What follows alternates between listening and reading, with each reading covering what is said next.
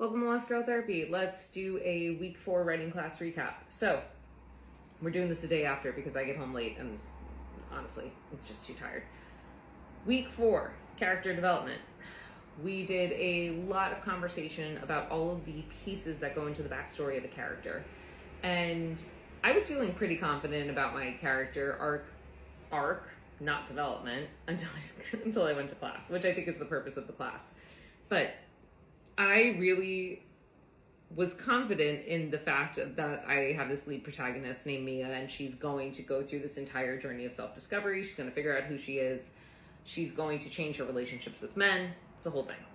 What I did not have was the backstory as to what Mia had gone through that would lead her on this journey.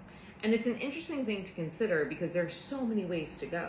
So when I was climbing into bed last night, I kept thinking, like, I had originally written her as somebody who was lost. Like, she had a dead-end job. She kept getting let go. She really didn't have anything purposeful. And then I was like, okay, but wait. She can have a career. Maybe it's not her passion, but it can be stable. She can be stable in one part of her life and still not feel completely grounded or sure of herself in the other areas.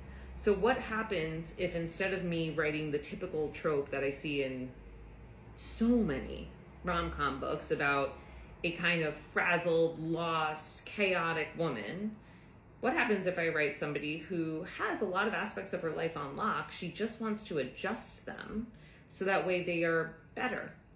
She wants to adjust her relationships with men so they're healthier. She wants to adjust her work life so she finds a passion that will sustain her for the next 30 years. She wants to adjust her home life so that way she feels more comfortable where she's living. I think it's an interesting concept to write somebody who does not need to have a complete chaotic meltdown of their current life to have a story.